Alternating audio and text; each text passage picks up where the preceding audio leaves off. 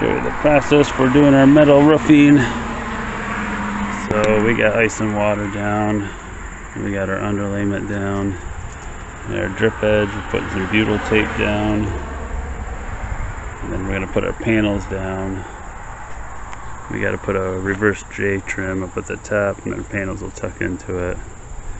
Then we got an end wall trim here and a gable trim here, and then of course the ridge cap trim up there. So now we got our first panel on, making it flush with this drip edge, putting our screws in, making sure it's flush at the edge here, going all the way up, this little part. We got an overflap of